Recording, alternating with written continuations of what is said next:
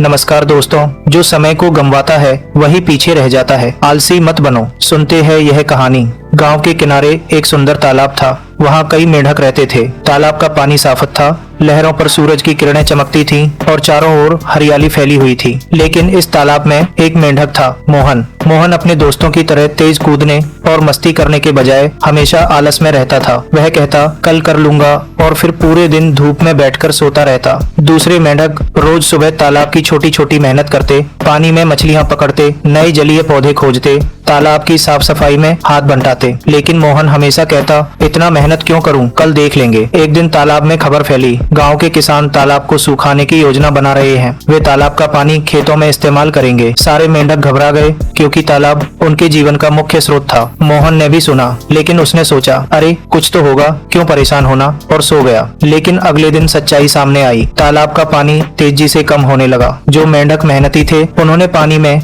नई जगहों पर जाकर खाना और पानी खोज लिया। लेकिन मोहन आलसी होने की वजह से पिछड़ गया। वह सूखी मिट्टी पर बैठा, भूखा और थका हुआ। उस समय मोहन ने पहली बार महसूस किया कि आलस से उसके लिए कितनी बड़ी समस्या बन गया है। वह सोचने लगा, अगर मैं समय पर मेहनत करता तो मुझे अब इतनी परेशानी नहीं होती। मोहन ने निर्णय लिया, अब वह आलसी नहीं रहेगा। उसने छोटी छोटी शुरुआत की। पहले पानी की छोटी बूंदें खोजी, फिर मछलियां पकड़ना शुरू किया। थोड़े समय में वह फिर से ताकतवर और चुस्त हो गया। लेकिन सबसे बड़ी चुनौती थी तालाब के सबसे गहरे और दूर तक फैले हिस्सों तक पहुंचना। वहां जाने के लिए उसे अपनी हिम्मत, धैर्य और तेजी की जरूरत थी। मोहन ने खुद पर भरोसा रखा, अपनी मेहनत और समय का सदुपयोग किया। धीरे धीरे उसने अपने दोस्तों की मदद से गहरे तालाब तक रास्ता बना लिया। तालाब में लौटकर मोहन ने देखा कि मेहनती और समय का सही उपयोग करने वाले मेंढक ही सुरक्षित रह पाए थे। उन्होंने मिलकर तालाब का पानी बचाने की योजना बनाई और तालाब की सफाई और रख रखाव शुरू किया। मोहन अब अपने अनुभव से सीख चुका था